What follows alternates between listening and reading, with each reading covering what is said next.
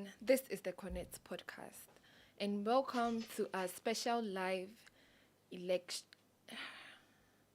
our special live election podcast. I'm your host Anoko Ashon, and today we would be giving each candidate the opportunity to directly address the student body before voting begins. This is their last chance to convince you guys, the voters, as to why they should be elected. We would also like to encourage the audience to ask questions in the live chats, and if we do get the time, we would read and answer them. Thank you so much and stay tuned.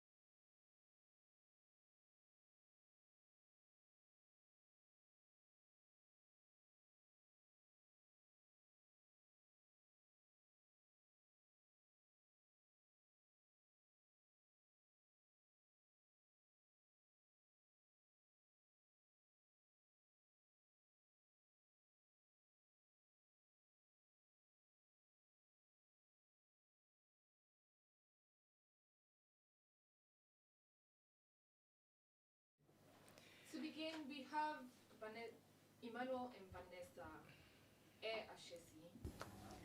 And we would start with a mini manifesto that highlights their key points in the actual manifesto, why they are running and why we should vote for you.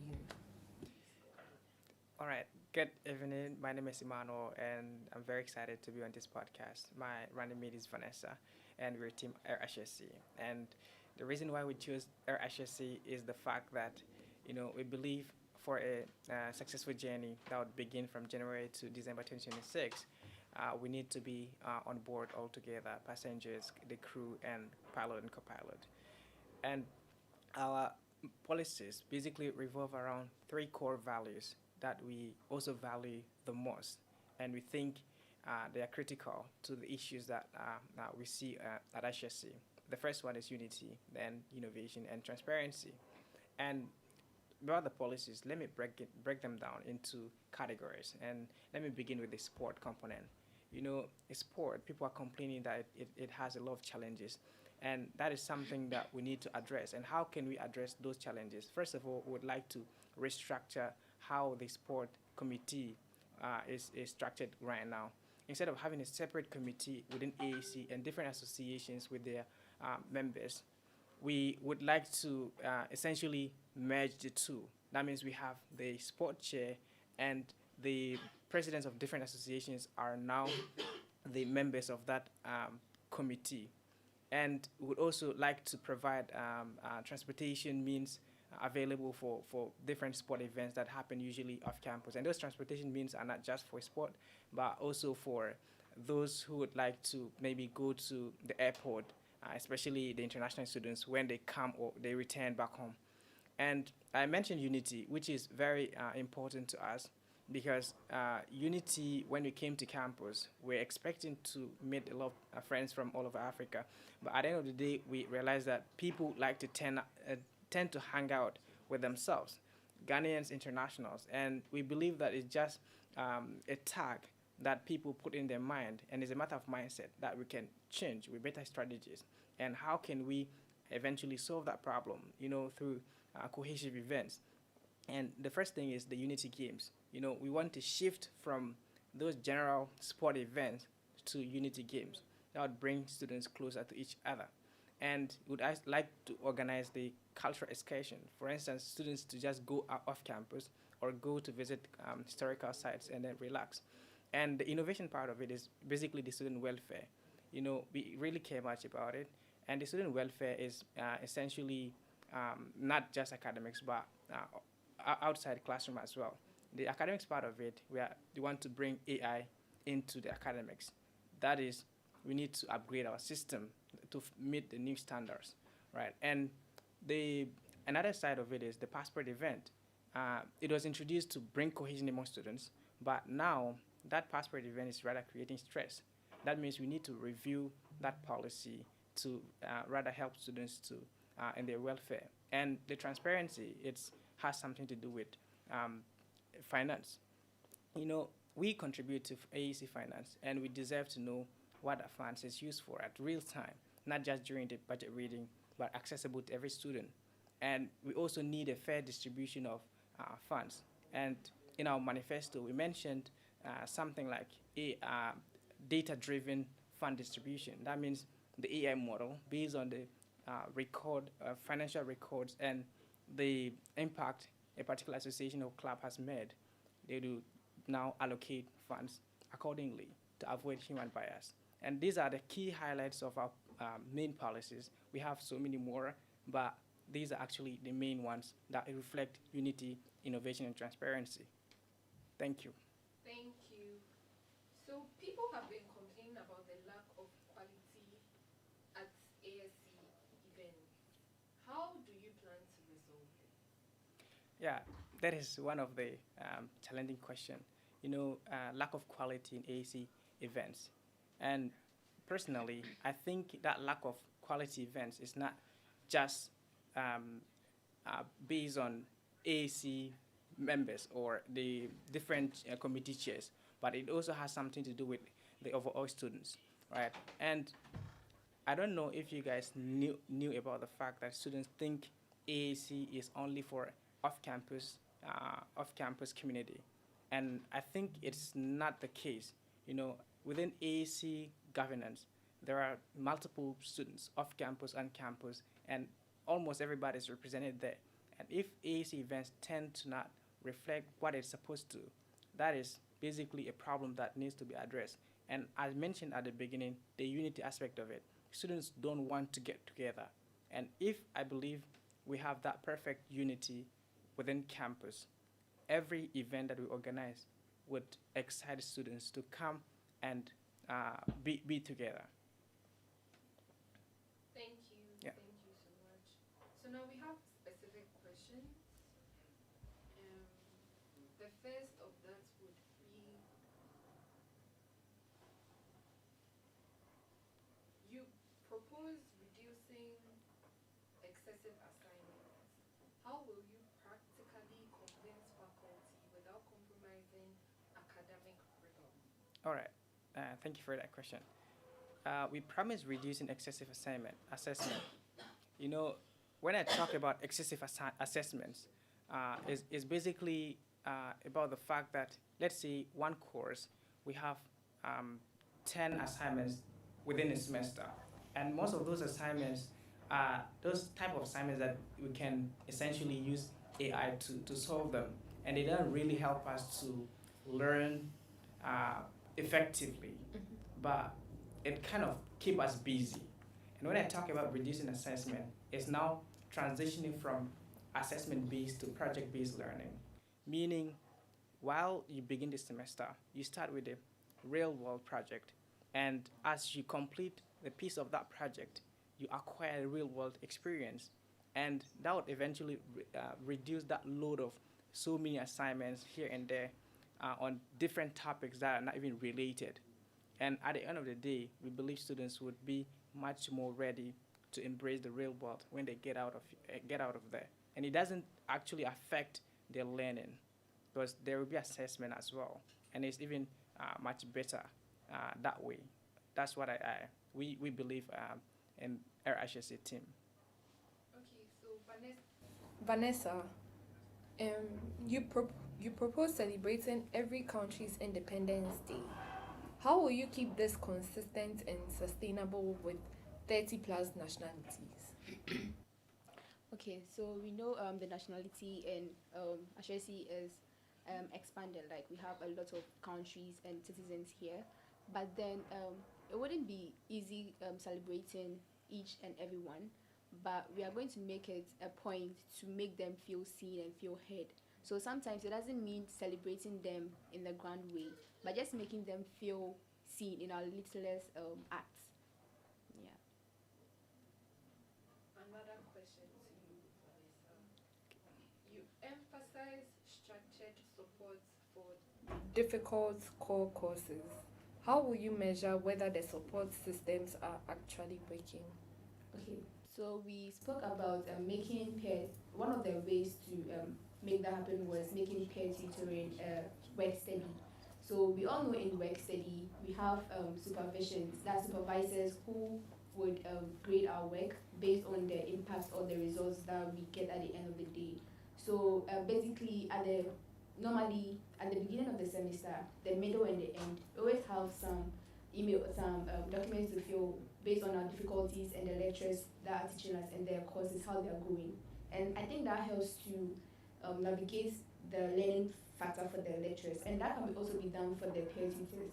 Since it's a work study and people are going to get paid, I think there should be more supervision there, and we'll get to know whether what the peer tutor is doing is actually working or not based on the feedback that his or her students gives. Thank you. Thank you, Vanessa.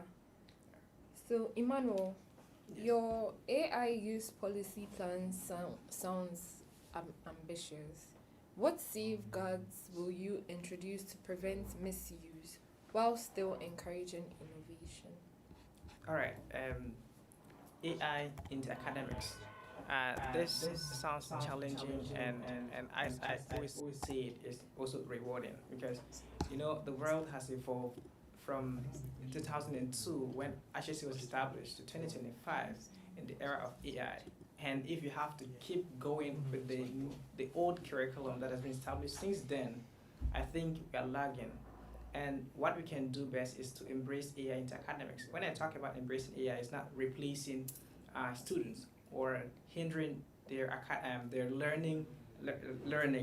Basically, AI into academics would now help them to rather boost their productivity instead of harming their learning journey.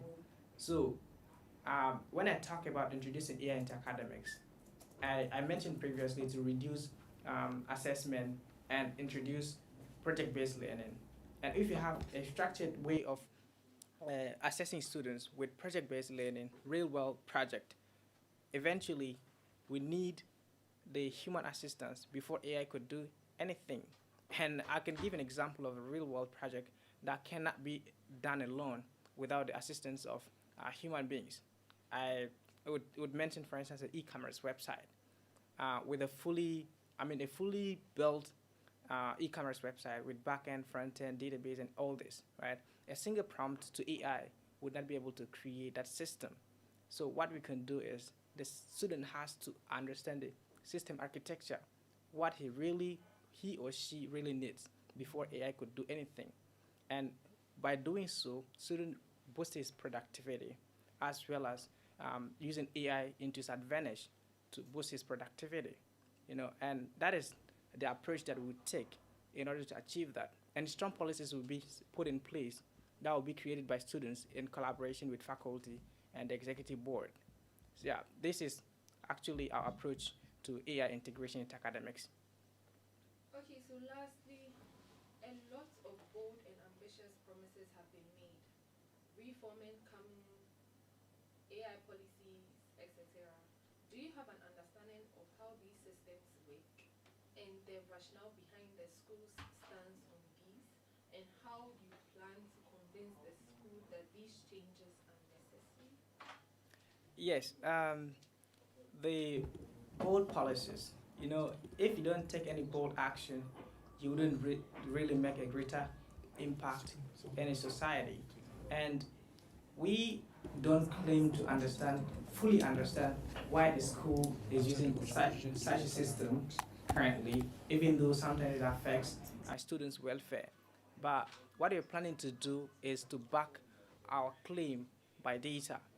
And once we get into office, the first thing would be gathering the data that would need to be available to approach the executive board.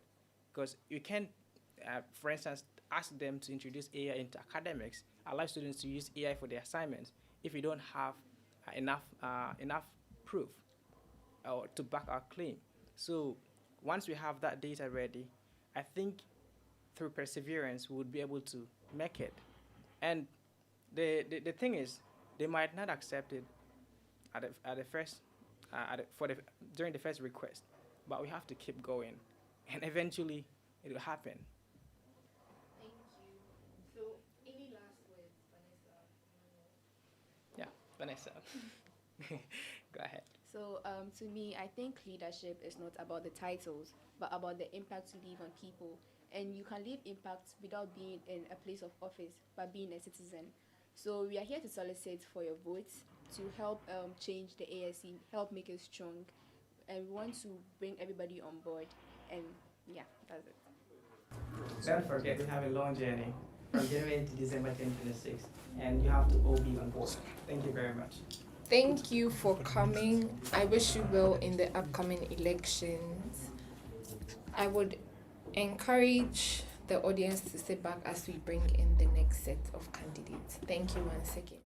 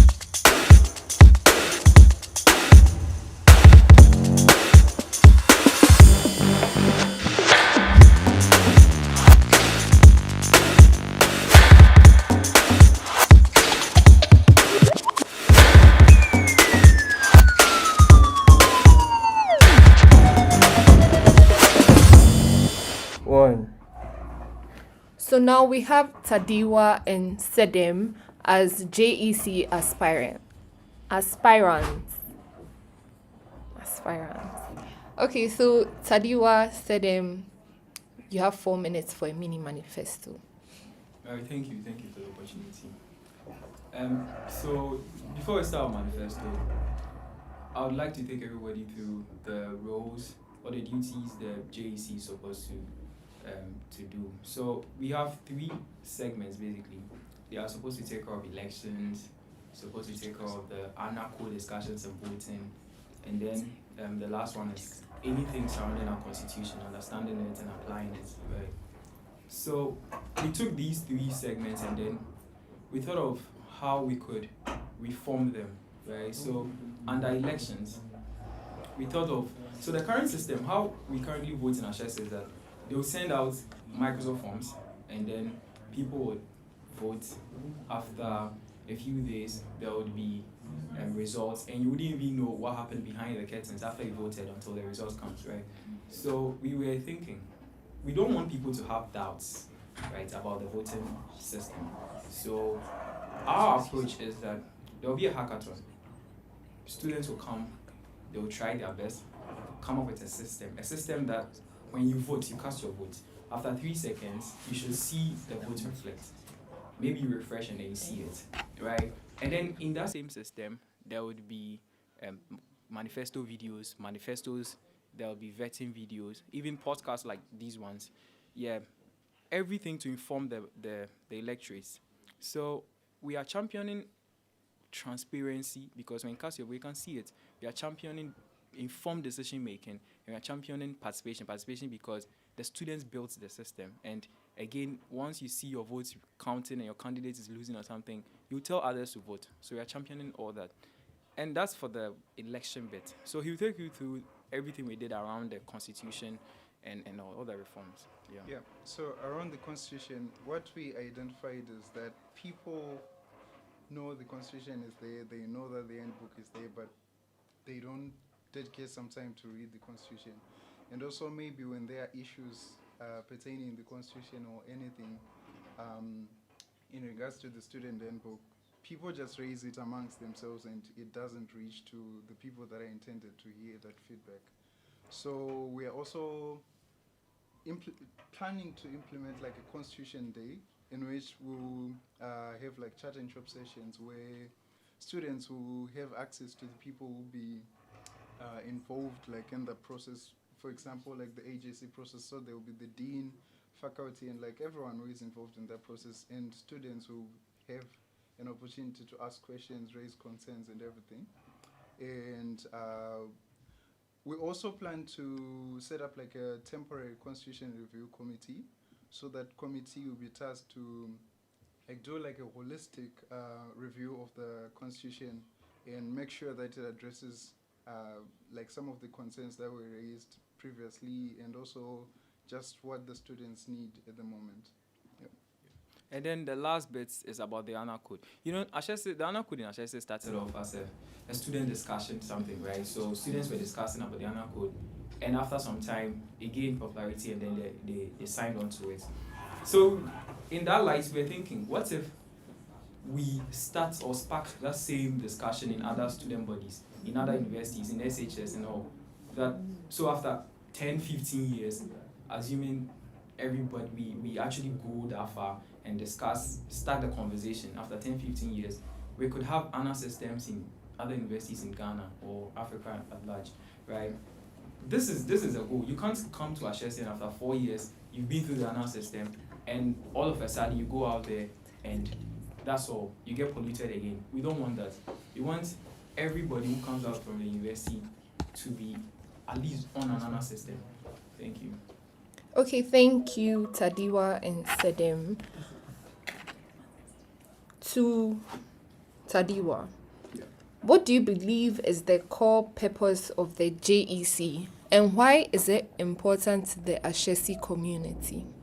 Well, I believe the core purpose of the JEC, it comes from its name, is the Judicial Electoral Council. So it runs the elections in Ashesi.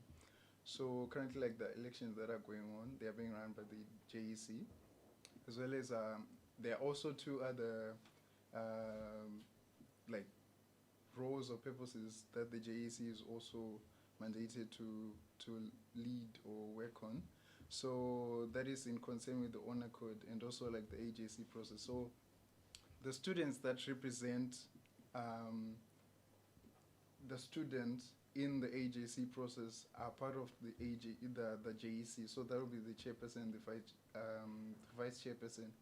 So if people vote for us, we'll be those student representatives in the AJC process. The JEC also champions like the honor code amongst the students. Like what my partner said, the honor code started as a student-led initiative. So it being a student-led initiative, us as students, the JEC representatives will be also championing the honor code. Yeah. So that is the purpose of the JEC. So to Sedim, what would you do if a student strongly disagrees with a decision made by the JEC? A decision made by the JEC. So, first of all, the JEC is not the person to make a decision in an AJC case. Yeah. So, is that the contest, by the way? Is it in an AJC related contest?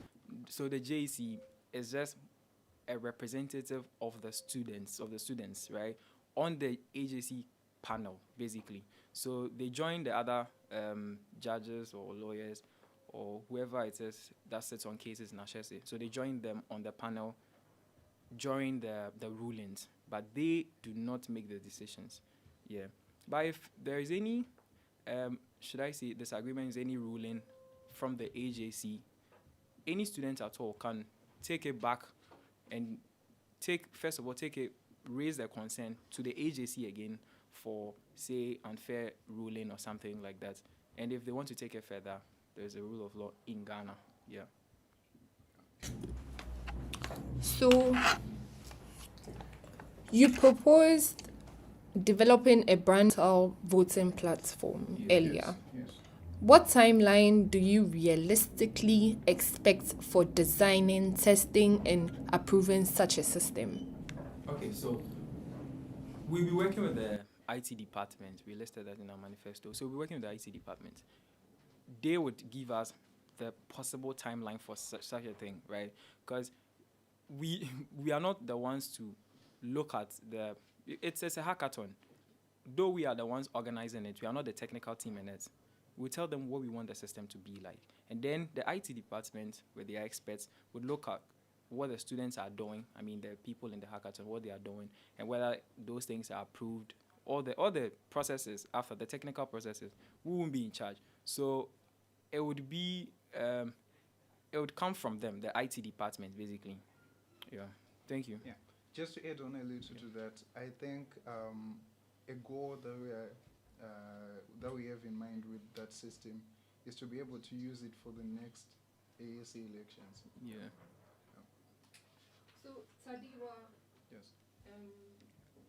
Constitution Day Yes. is a great idea. Thank you. What are 2 to 3 key constitutional confusions you will want to clarify first? Okay. So the first constitutional confusion surrounds like the electoral process. Yeah. So that can be an ASC member holding any other position who has also declared intent to run for another position in the ASC. So a couple of individuals have made a decision on themselves, like to just like resign and focus on like trying to send out the message out there to convince the electorate that they want this position and they should be voted with their plans and all the manifestos and all that. So we need to address like the confusion surrounding what does an ASC member do when they are looking for another position in the ASC. Do they resign or they continue their position and also be campaigning for that other new position that they're looking at? And another confusion surrounds like the, what can I say? I could help with that. So the first concern was about the constitution not stating emphatically whether you should resign from your current ASC position before running for another, which means currently it's possible that the Speaker of Parliament can run for ASC president and do not need to resign. So you be a speaker and still be president. Imagine that. So those are some of the things we do. And then the other part is about HSC. So currently, this is more like a mystery. People do not know anything aside the fact that, they've been sending rulings out. You be there and you get the banger, email, someone is out. Yeah, that's all. They have no idea what happens when there is a case from the time someone reports a case to the end. So during the Constitution Day, the people that sit on cases would be invited to sit there, and then you get to ask them. First of all, they will tell you everything from start to finish. And then maybe while you are listening, you start poking holes at where you think there should be holes, basically. And why we are doing that is because there is this growing concern that the agency is not fair. And to have a good government, basically, where people actually trust the system, those perceptions need to be eradicated. Okay, so lastly, you say ethical culture is fading. Okay. Can you give concrete examples of this decline? You give one, I'll give one. Okay. So one example of this ethical culture declining is for people who stay on campus. I'm not sure if this happens also off campus, but for people who stay on campus, there's been this like incidents where stuff is stolen in the fridges, like in the kitchenettes. Yeah. So in Ashesi, when you leave something around, even at the like the student laying out, you find your stuff in the library or anywhere else. We actually like have this lost and found system where if you lose something, you have the hope that you'll find it. But then when something is being stolen, like someone intentionally comes and steals your stuff in the fridge, then we are seeing the Ashesi culture, Ashesi ethics culture fading with that. Yeah. And I think so. That was his. Mine is about. You see, first of all, let me give you an example. When you go to the current basketball, the new basketball courts, the nets around the basketball courts are all torn. I don't know how they do it, where we have grizzly bears here, but the nets are all. In fact, there is no net basically. When the ball goes out, it's out. So these are students. No one is doing that. It's students, and for ethical students like Ashesi students, this is bad, right? So we are looking at stuff like that's not all. Okay, this is an ASC college room. You go to classrooms, on the chairs, on the tables, you'd see people drawing, not with pencils, pens. I don't know what they use. Pins. They've literally carved the tables. Yeah. And that's very bad. So these things, just a few, these things are parts of the things that prompted us to say such a thing, that the culture is fading, the ethical culture is fading. I know I said lastly, but what you just said, what do you plan on like doing around it? Okay. So we believe that you can't force people to do the right thing, but with things like the Constitution Day, when you talk about something that's not okay, a lot, I think it will be enough for people to just think in their minds when they are in that ethical dilemma of should I take it or not. They will have like the conversation still fresh in their mind that we should not be doing this. So we are hoping that talking about all these things that are going on will actually like create in the mindsets of people that we should be doing the right thing. Yeah. It's inspiration. Yeah. I would want to add up to what you're saying. Yeah. So as part of some of the plans we have, we intend on discussing an code system elsewhere, right? So we're having seminars in other universities. You see, currently the ANA system we have is not perfect. We are approaching utopia, but it's not perfect. But we believe having these discussions to people that have no idea what the ANA system is, when we are telling them how the ANA system is, they could poke holes and give us suggestions. You see, when we come back, we can implement these suggestions. So the system is not perfect, but if we could go out there, have those discussions, and come back with the feedback we got, I'm sure we can make it a perfect system. Yeah. Thank you so much, Tadiwa and Sedem. Yeah. I wish you well in the upcoming elections. But before you go, any last words? Yeah. So we've said our plans. We hope that you believe in our plans and our mission to increase the transparency around the electoral process here in HSC, and also to increase the students' participation. If you believe that these plans will make our community better, please vote for us on Monday, from Monday to Wednesday. The forms will be sent out, and it will take less than a minute to vote. Please vote. Thank you. Thank you. Thank you.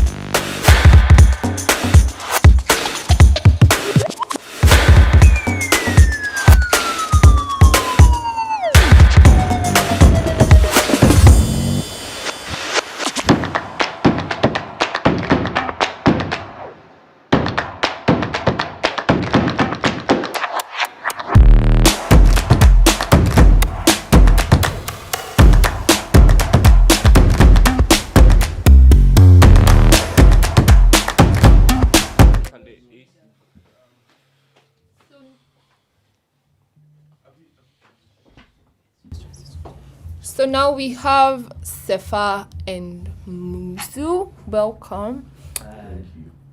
To begin, we would love to listen to a mini manifesto, especially for those who did not get the chance to be present when your manifesto was being read. Yeah, so let's go. So we call ourselves the New Wave. So my name is, as she mentioned, Sefa, and this is Muzu. We are running for ASC presidents, and our motivation and the mission behind what we want to do is basically the fact that Ashesi can be more than a top-tier academic grind or space and thrive into a more vibrant community. And we came up with ideas categorized in 4 sections, which includes academic excellence, sports and recreation, entertainment and creativity, and social well-being. So a summary of each would be from academic side. We plan to implement a faculty student mentorship program where we have faculty being paired up with Ashesi students. And when we say faculty, we don't mean just lecturers and professors, but we mean faculty. So it could be someone from the finance department or the IT sector, support center, because they have been students before and they work in Ashesi. So it's just a way to help guide students and help manage their stress as it's a problem for them. We also want to introduce a future skills summit where we invite alumni and entrepreneurial leaders to come and host workshops and seminars with students and engage in Q&A and workshops to help enrich students. It's like a learning process for things that are trending in industries that students want to pursue in the future. Another one would be the entrepreneurial resource hub. It's just basically a space where all entrepreneurial information can be put there in collaboration with the Entrepreneur Center and verified information. For sports, you just want to revive we want to start a varsity league for track and field and other sports like the e-sports to be competing in, inter schools and help bring out more life into the existing sports that do not shine like badminton, tennis, table tennis. For creativity, we want to start a creative culture in Ashesi and build a creative network between the creatives being the fashionists, those who do digital art, documentary, and photography. So bringing them together is a way of connecting them and helping grow their community because that is an industry that is growing rapidly. And start other things like creative Ashesi Creative Week where we have Ashesi Met Gala or Fashion Week, like just a way for them to display their work. And also organize student experience trips where students engage in raffles and competitions and just create fun, and then they get the opportunity to go and visit Ghana's cultural excellent areas and creative industries. And for the social well-being, the main thing is we want to revive the Ashesi high culture to help bridge us together and bring us together. And I wanted to start the ASC pulse check for just a feedback system to help us answer more of student questions. Yeah. Talk about the Wellness Wednesday. Yeah, we also wanted to extend Wellness Wednesday to the evening sessions to help cater for students who complain of having class during Wellness Wednesday, so they cannot experience more of these activities like the massages and even buy food and paint and have some drinks. So I wanted to introduce stuff like yoga and aerobics in the evening. Yeah. Okay, so for our first question, what is your motivation for running for ASC and what makes your government different from the rest? Like I said earlier, our motivation is just being able to bring the vibrancy in the Ashesi community. And what is going to make our government different from the rest is our energy and our desire, because a team of people filled with the same passion and desire can alter the course of history for a very long time. Yeah. For our next question, it seems there are lots of cliques and different groupings around the school campus. There's kind of some sort of division between people. Do you think this is a real problem that needs to be addressed, and how? Or is it just something that exists in every society? So, like you just said, it's something that exists in every society. Even in Accra, there's no one that is the same and comes from the same background. Everybody has different cultures. And in Ashesi, we have a very high diversity where everybody comes from different locations, different countries, different backgrounds, and different cultures. So it's the division is not because we don't want to mingle, it's just because everybody's is being geared towards who they are familiar with. So we insisting on this division is just creating a problem for ourselves and now giving us a problem to solve. So it is we should just take it out of our head that it's not we are divided. It's just the fact that we are diverse. So we should just come out of our shells and try to get to know different cultures and everybody's background, and that's what brings us together. So with the high culture, from saying hi to someone can move from just hi to starting a conversation and getting to know each other. Coming out to get to know yourselves reduces the stereotype of how certain people behave and gets the narrative that we are divided out of our heads here. So there was a question. About the Ashesi Pocket app. Someone's concern is that we already have a few dedicated apps like Sketch for events, and it often feels like we're adding new apps without maintaining the old ones. So their question was really about longevity and adoption. So first of all, after your 1 year term is over, who is realistically going to handle the constant updates, bug fixes, server costs to keep this app alive and not just become just another abandoned project? Yeah, so that's also. So with the implementation of this app, it's not just going to be the ASC government doing it, it's going to be Ashesi, because the whole purpose of the ASC is basically the Ashesi's representative. So in anything that we do it in collaboration with the administration. So with persistent pushing and negotiations with the administration, we are going to come up with a structure. We've already started setting up a team that is willing to go on with this process when if we win. And it's going to be something that will be smooth and set up. With the complaint of us already having different apps and servers, this ASC Pocket is not something to battle what you already have.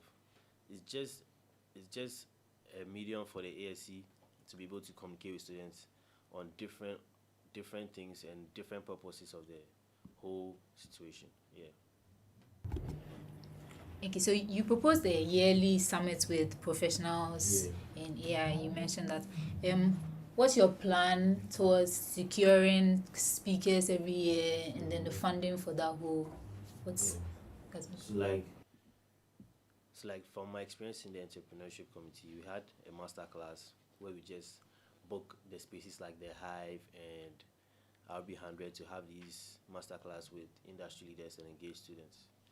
So with this summit, the plan on securing sound and equipment is going to be the normal way which we've always had these events.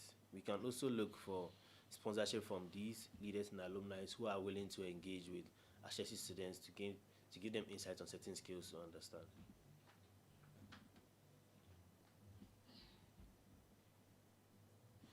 So, Tumuzu, your plan to introduce the Ashesi Pulse check and then the idea boxes around campus. How would you protect anonymity and prevent misuse and then assure rather the students' body that their their concerns will come with timely responses? So, like you said, the whole point of the HSC Pulse check. So, first off, it's a physical and digital box. So, we would have a physical one where we'll see it on campus, where people, can write in their responses, their creative ideas, or whatever problems they have to put in these. So the question that was around people was that what if people get to break in and all of this, or what if people get to open it? But we're going to make sure that there's security around it first off. And second thing, the boxes will not just easily be openable. So we'll just have specific keys that can open it. And the second thing is that we're also making it digital as well. So it'll be like a form or a doc where you can put in your responses, you can put in your ideas, such that we'll always ensure that at least weekly or during a given time period, we'll make sure to address all these questions and concerns publicly. Yeah. Okay. Concerning faculty student mentorship, it's quite a major structural change. Have you already had conversations with faculty, and what type of incentives would make them commit to doing this mentorship? Because it's a new thing they are going to take on.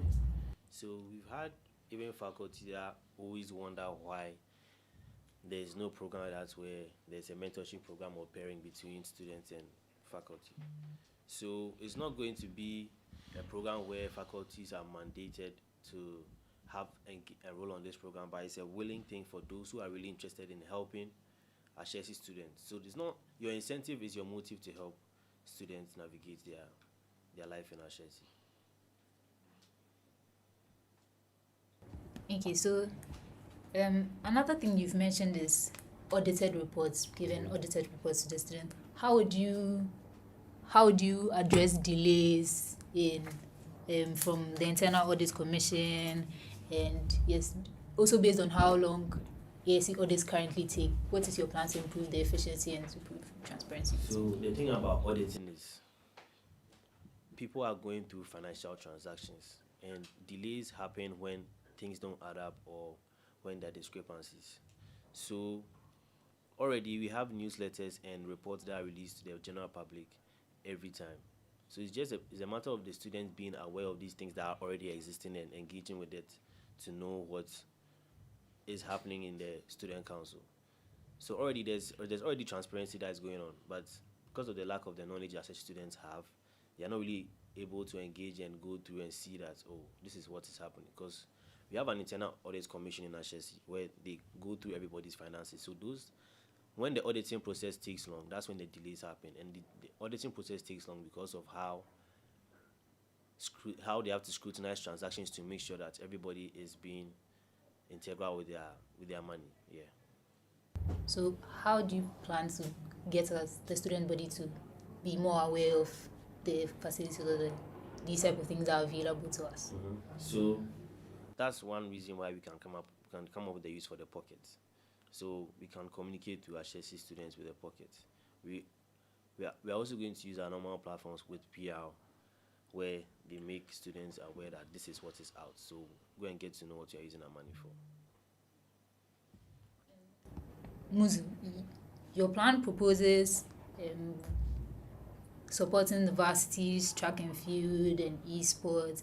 So what facilities, what's your plan, what funding are you considering, are you putting in place to ensure that this is being able to be implemented? And have you already started having conversations about it with the necessary higher ups? Yeah.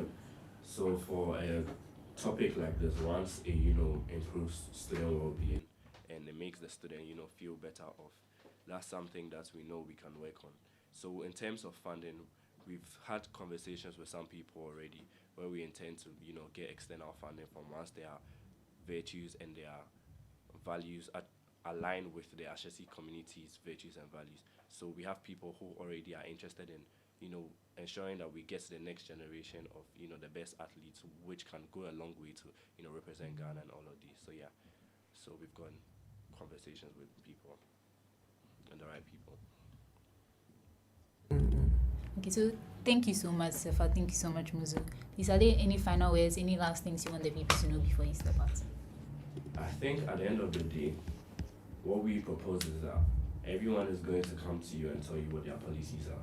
Everyone's policies are good. Everyone is trying to, get the best for Ashesi. But what you need to ask yourself is, as an Ashesi student, or whoever you are, which person is going to ensure that you have the very best days in Ashesi, whether it's in the academic field, in terms of stress, in terms of well-being, or in terms of sports, or even your ASC week, or your entertainment days. Who's really going to make Ashesi that vibrant and better community? You know that what the answer is, so go for the new wave. That's what we think. Yeah. Thank you so much. We wish you well in the upcoming elections. Thank you.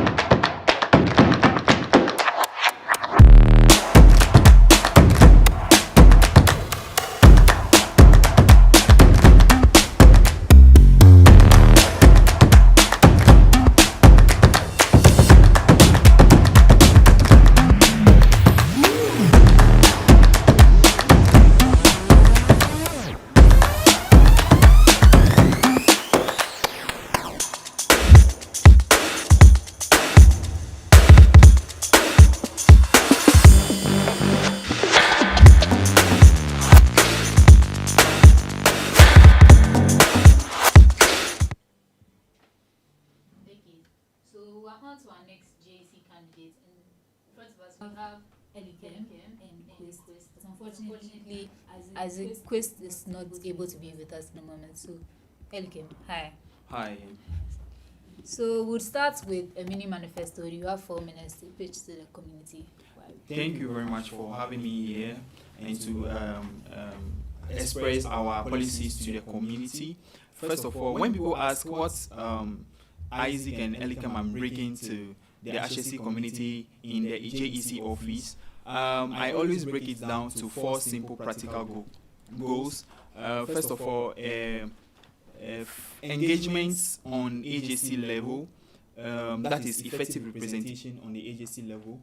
We know that always we see students going into hearings feeling unsure about the process, not knowing how the process actually works. So we want to be active representative for students on AJC levels, being able to speak for them and helping the panel to understand that student submissions are taken into deliberations and justice is served the right way. The second, our second policy has to do with fair, free, and credible elections, where we ensure that the electoral process is very credible and transparent to the student body. As we all know, elections are at the heart of students' governance, and if students do not trust the process, it becomes a problem. Everything else falls apart. And so we want to ensure that that kind of engagement in terms of knowing how the electoral process is all about, the processes, the timelines, and how things are going to run at the end of the day, students are effectively aware of those things.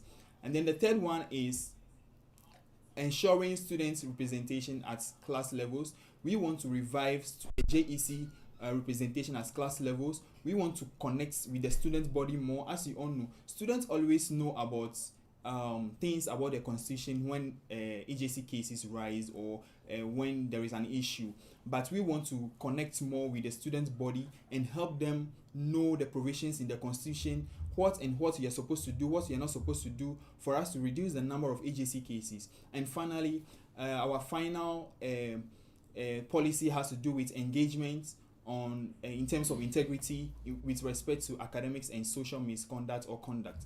One of our very first HSC goals is centered around ethics and engagement, but you realize that HSC is built on that integrity, but you get to talk about integrity when issues rise. We want to develop some kind of conversation around talking about issues that is centered around integrity, ethics, and engagement. We want to revive that kind of engagement within the student community so that they are able to know how to live their lives on campus in order to reduce the number of cases or misconduct cases, academic misconduct, social misconduct cases that we have within the HSC community.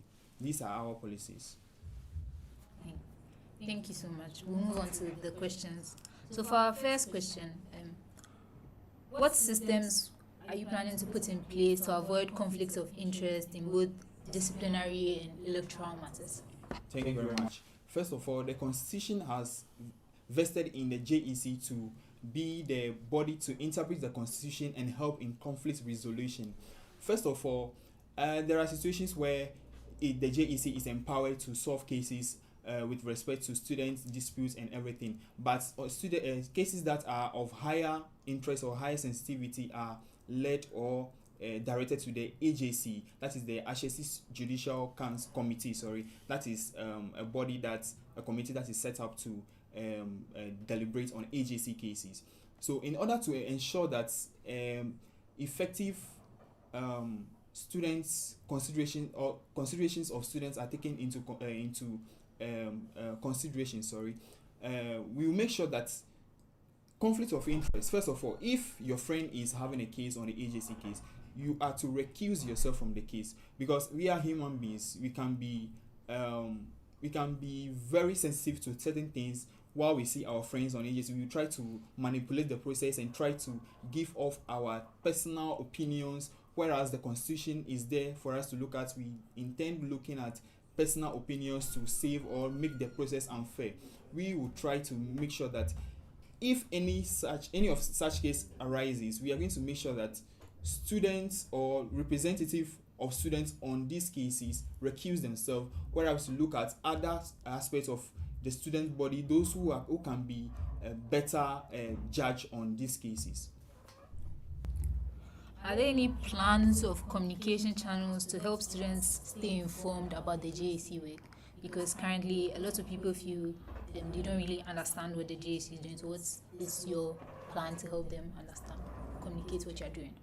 As I mentioned earlier, we are reviving JEC representation at class levels. What that means is that we are going to have, from each class, we are going to have a representative who are going to work closely with the JEC office in terms of drawing feedback from the student body, educating them on the constitution, on provisions of the constitution, as the JEC is vested the power to interpret the provisions in the constitution. And so, since the JEC is the sole body that is having that kind of power, we hope to connect more with the students community, help them understand the provisions in the constitution through these class representatives. Yes. Are there any plans to make judicial processes feel a little less intimidating for students? Because when we hear the JC, we attach it to AJC, and it always seems kind of scary. So, how you plan to communicate your ideas so that's not intimidating to students who are trying to approach? Thank you very much. First of all, the EJC is just like a normal committee that is set up to deliberate on cases or issues. What we would do to make it less intimidating is to talk to students more passionately, talk to them about how proceedings are supposed to go. As I mentioned earlier, one of our initiatives that we are taking is to make sure that students know more about integrity, things that has to do with integrity. They know what the constitution say about certain behaviors within the community. If these students are aware of the proceedings and the processes that happen during, they are able to build that kind of confidence and know how the process goes, like, so that they are not able to, or they are not intimidated when they hear EJC, because it's not any other committee but just like a normal committee that deals with hearings. Okay, you emphasized ensuring students' voices are represented in the ASC. What methods are you putting in place to prevent bias while we are representing our peers?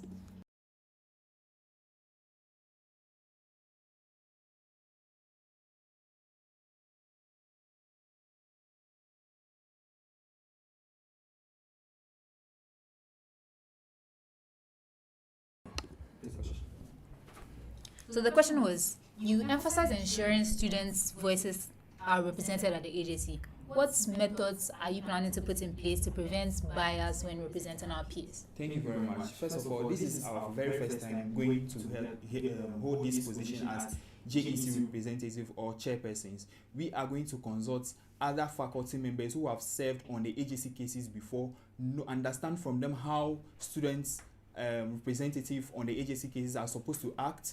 And then we are also going to look at the provisions in the Constitution, how we are supposed to act as representative on the Constitution to make sure that our personal opinions are not there to influence the final verdict of the deliberations. So things that we are going to do is to make sure that students deliberations or submissions are taken into deliberations, how the process is supposed to be like. We make sure that the process is fair and free from any kind of bias. Okay, something that's important to you and is important to the JEC is strict neutrality in elections. And what systems are you planning to put in place to ensure that the JEC itself remains free from external? Thank you very much.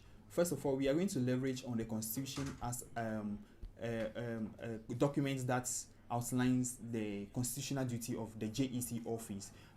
In Article 5, it's clearly stated the ASC structure, which has to do with the legislative arm of ASC government, the judicial arm of ASC government, and as well as the executive arm of ASC government. So with that particular structure, the JEC is supposed to be an independent body on its own, whereas checks and balances may be part, or other bodies may try to exercise their oversight responsibilities. We are going to make sure that we are independent body. We act in accordance with the Constitution, because the Constitution is what makes us JEC. We are always going to refer to the Constitution and make sure that things are done according to the Constitution, because as it were, the Constitution is built to be a neutral document that serves the HSC students in a most efficient way. So, on the topic of transparency, what will transparency look like in your administration, especially considering that you have to prioritize confidentiality in handling cases? So what will transparency look like for you? Thank you very much. In looking at cases, we are going to work close with faculty or judges at the agency level. We are going to act in accordance with the Constitution, because as the Constitution says, we are supposed to make sure that we embody confidentiality, we embody respect in respect of cases that happen on campus. So we are going to strictly go with the Constitution. That is just like exercising our constitutional duty in making sure that cases remain silent or confidential as far as agency cases are involved. Thank you.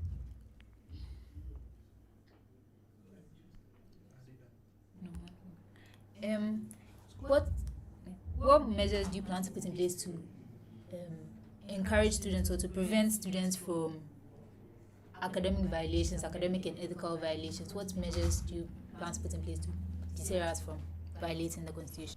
All right. So first of all, students do not really know about JEC as an office in the school. They only get to know about JEC maybe preferably or possibly during elections or agency cases. We want to be that body that connects with students more.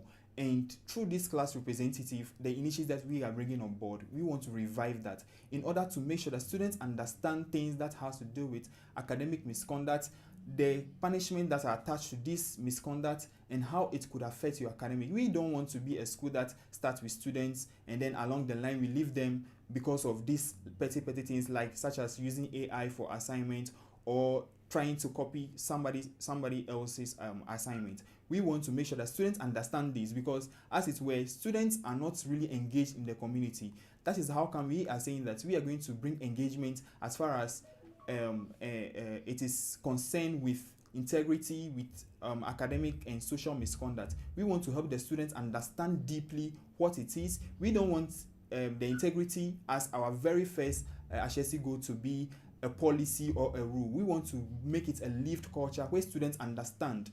When they understand this, these kind of cases, like such as academic misconduct cases, are going to decline. Thank you. So thank you so much, Elikem.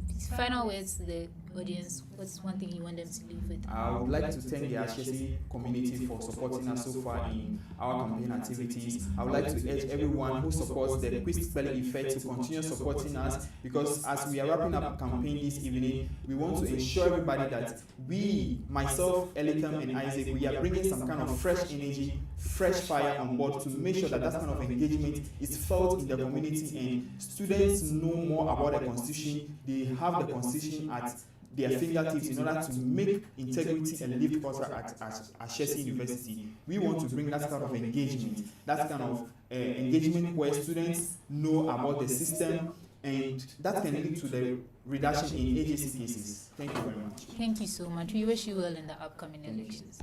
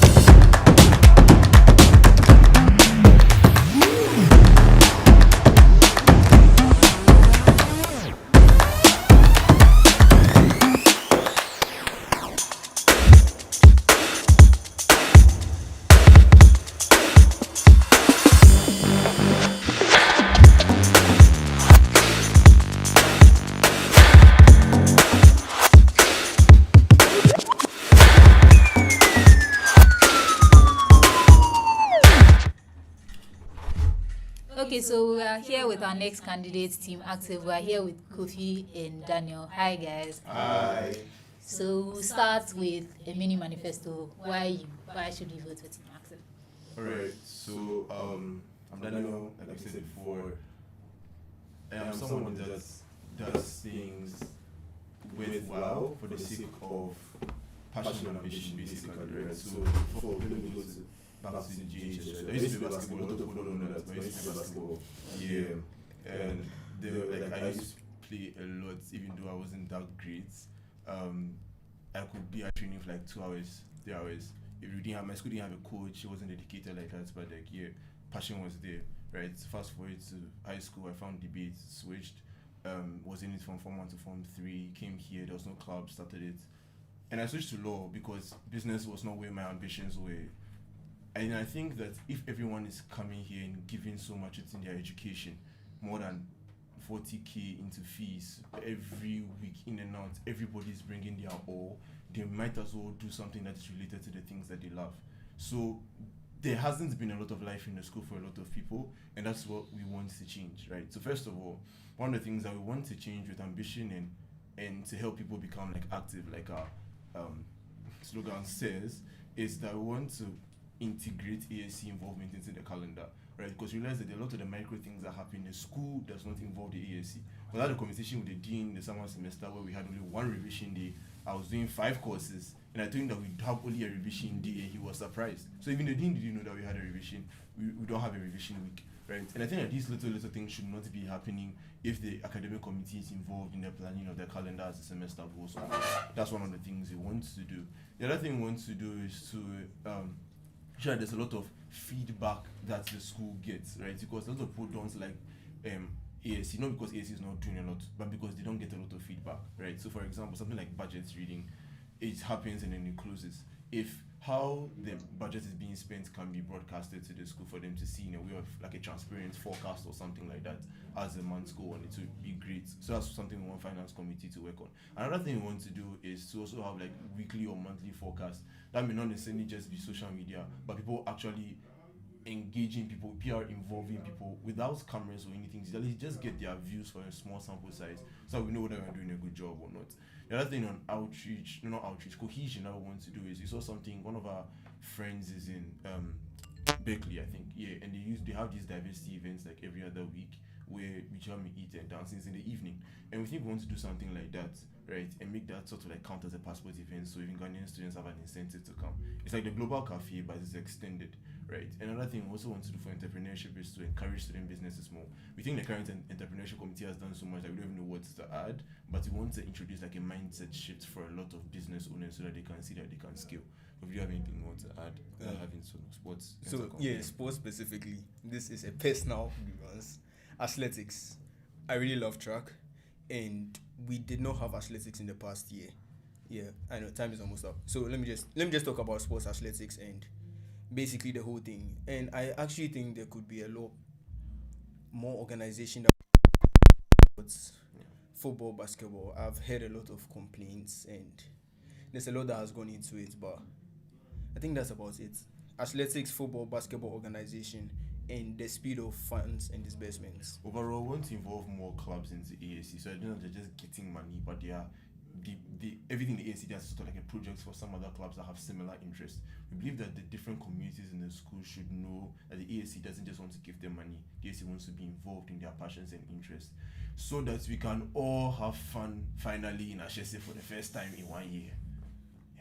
Okay, so yes, that's a problem. A lot of students don't participate in campus events, ASC events, clubs and all that. So what specifically do you plan to do to engage the students from that end? It's one thing to support the clubs, to encourage them, but to get the students on board with the idea, what's your plan on that? So, a lot of people gravitate towards free food. It's something that is clear, but not just free food. That's one thing we actually want to keep going, right? But the other thing that we also want to do is make students see at the beginning, not just in videos, but in class participation. So what I mean by that is, like I said, PR, we believe PR should be more involved physically with people, because just sharing flyers on WhatsApp, on platforms like days before the event doesn't work. if they are more involved in telling people in their classrooms, they might at least get some people willing to show up if they know what the event is about. So if PR is more active in sharing things like weekly forecasts before the week starts and things like that, people become more involved. The other thing too that I realized is that a lot of people have event fatigue, because you can have a career services event on Thursday, you have like 3 events happening on Friday before you now come take up the thing you want to do. They have 11:59. You have 11:59 on Friday as well. We believe that like campus free days should be campus free days. On some of the like throughout the semester, some of the days should be authentic campus free days. If we have that more, people are less likely to have event fatigue and actually want to show up for events that they care about. We also started having conversations with HSS to shift passport events to make them numerous and a lot throughout the semester. And we want to see how we can get ASC involvement in that, so that the events that are hard and it doesn't feel like a burden that you have to buy first come for just not high school. If we are coming for things that we actually care about, I don't think that we will be forced to show up. Another thing is community, right? So again, we've been speaking to a lot of people. In all this, we're talking to so many people, manifesto everywhere. And one thing I realized, especially for those, there's those people who, after everything, they're locked up in their room, right? I spoke to a couple of those people, and they went like, the first ever ASC events they went for, it was their friends that pulled them there. All the clubs I've been in that have thrived is because of the community. Yeah. So if you can build a community, there's a couple of things you can use to build a community. One is consistency. 2 is nurturing the passion. 3 is making sure everything they need is available. But the crux of it all is you need to build a community. If you are able to build a community and effectively build a community, there's more incentive for people to show up. And even when people don't feel like it, they can get other people to pull them into the events. Then you get so much more happening on campus. Okay, so you proposed more alumni engagement similar to the InFocus. How do you plan to recruit alumni consistently? How will you ensure that this does not become like another of what career services is already doing? Is this supposed to be separate, different? What's it? So I'm a career peer advisor, and a lot of these engagements start early, right? So for like the InFocus session was not something that the career services office engaged. It was mainly CPA led, right? And the problem with that is I did a good job, but the engagement with the alumni didn't start early, right? So it doesn't necessarily have to be different and totally an ASC initiative. But we're just going to work with career services to ensure that it's done for all majors, right? Because they were able to get just a few of them in person and a few of them on, like, it was mainly online basically, right? But if we should do it with them, it would count as a mandatory career services session. We're thinking prep, like probably before around career fair prep time, because we saw a lot of, when we had industry conversations where we brought real estate people from fashion, video game, all of those people, the rooms were full, not just because it was a by force requirement for class, but people actually wanted to listen to some of the conversations.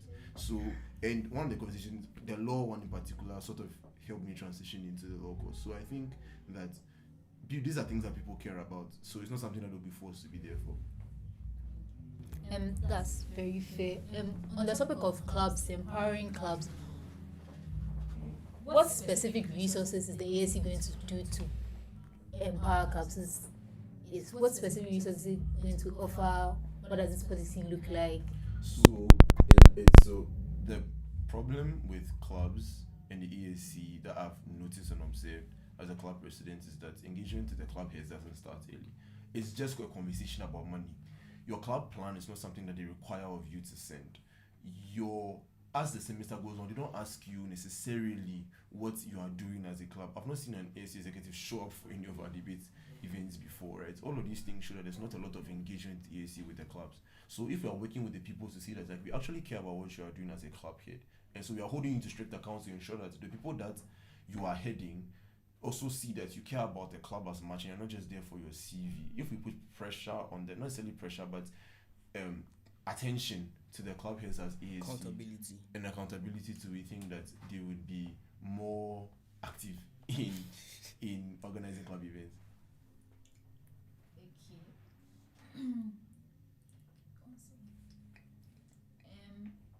In terms of reviving athletics and funding these associations, what's the guarantee for sustainable funding and ensuring that this doesn't end after your tenure and is able to exist beyond you? So you're asking about what's the guarantee for sustainability? if we institutionalize it, I think there will be a guarantee for sustainability. So it's not just about what happened when we organized athletics last time was sports come put something together. If you can get an Ashesi track and field team association, something like that, where people are consistently meeting and training. So athletics is 100-meter race throughout the semester, 400. It doesn't work like that. If you have 100-meter race throughout the semester, then people just prep for that part and that part alone, and it's very easy for it to die. Again, community thrives when people are meeting consistently. So if you have something like that and it's institutionalized, and you have regular meeting days, you have structure built around it, you have systems, all those things, you get. Because I personally know people who are so passionate about athletics, so would be passionate about athletics, right? They've been all around the school, they've been talking, especially during the Olympics. There were so many people I could go to, especially with the, I don't know how many of you watched the Noah Laos with the less than a tenth of a second gap he used to win the Olympics. There's so much that happened there, and there were so many people I could actually talk to. There's so many people interested in running. Last time, even when athletics happened, it was just 1 week we had to prepare, and so many people were complaining, going like, I wanted to participate, but then the time period to prepare was too short. Yeah. So if we institutionalize and we make systems, people, community around it, it will be sustainable.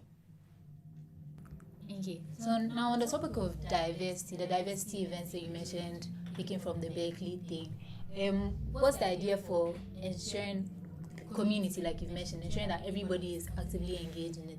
And there have also been concerns about the master students, about international students, all these sort of divisions in the community. What's the idea of how do you bring us all together and ensure that we are all there? So that's the idea of it. There are two things, right? To believe that one, for the diversity event, is for people who are curious enough to come and see and watch. So if it counts as a passport event, you are probably going to be there at least to care to some extent that it's going to be a requirement that you would have checked out. So you're not necessarily going to get everybody all the time, right? Because this is a very busy institution. But at least you get some level of engagements from some Ghanaian students and international students at the same time. Master students are what we started engaging now to see, like, first of all, what does your calendar look like, and how can you integrate the things in what ASC is already doing? We think that, for example, there are a lot of master students that are playing sports. There are some master students that are playing basketball, and so there are ways in which your calendar can align with ours to ensure that there's some level of working together. But the idea mainly is that unity does not necessarily mean that everybody's together singing Kumbaya at one place. It can also be that different communities that have different interests have a certain level of equivalent or equal attention by the ASC. So the things that they are doing in their own spaces are things that are being funded and supported, right? So we don't necessarily do. That's one of the ways I want to ensure that at least everyone knows that we have diverse passions, and our diverse passions are being somewhat met by the ASC as the semester goes on. So that's the kind of idea that we have towards unity and diversity.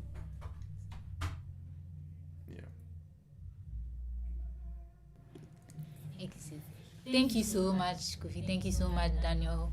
Any last words for the audience? Why should we stay active? You're paying a lot of money to be here. You might as well use your money and your time into what you actually care about. We don't think that grades, academics should be an excuse for you to suck the life out of your college years. That's the main idea, right? Regardless of what happens in this election, we really think that a student's life that will be more engaged will be one that everybody at least cares that I must give some level to the community for my own utility and my own fulfillment. But we are asking them to also look at competence. Which people have worked in the shoes of leadership as the years have gone on? Which people have closely interacted with you personally? And regardless of nationality and things that we can't change, which people actually care about diversity enough to empower the communities to actually bring shift? We're not promising fanciful policies because we don't think that is what people need. We think that people need to see that the student council cares about their day-to-day passions and ambitions every day enough to meet them somewhat as they go on to their lives in Ashesi. And that's what we want to bring on board, and that's why we're calling everybody to join the movement.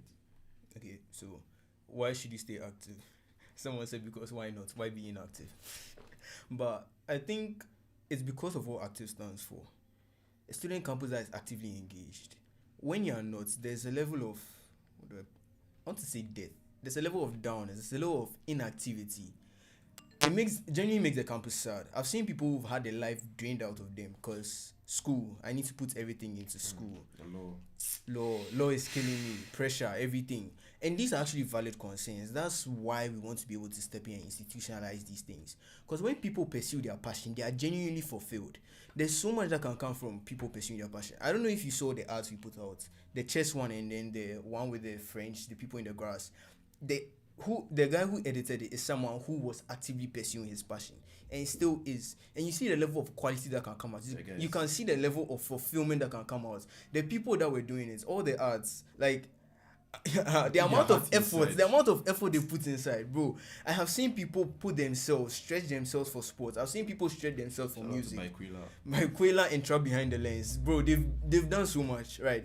But I've seen people who do all those things, and genuinely, it leads to a life of fulfillment. And there's so much life in them. There's so much joy that it brings to them, and that's why you should be active.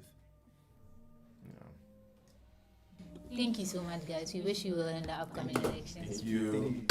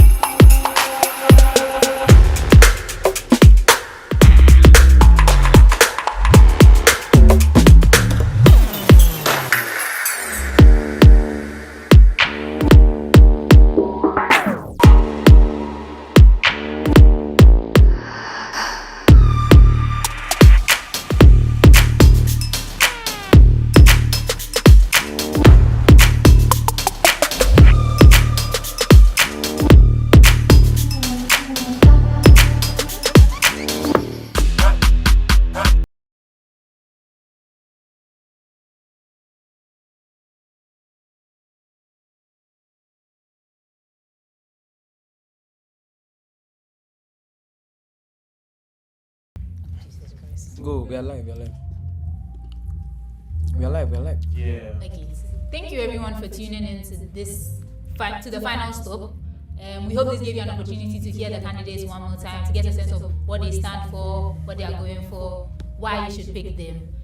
And election starts tomorrow, so look out for your emails to see.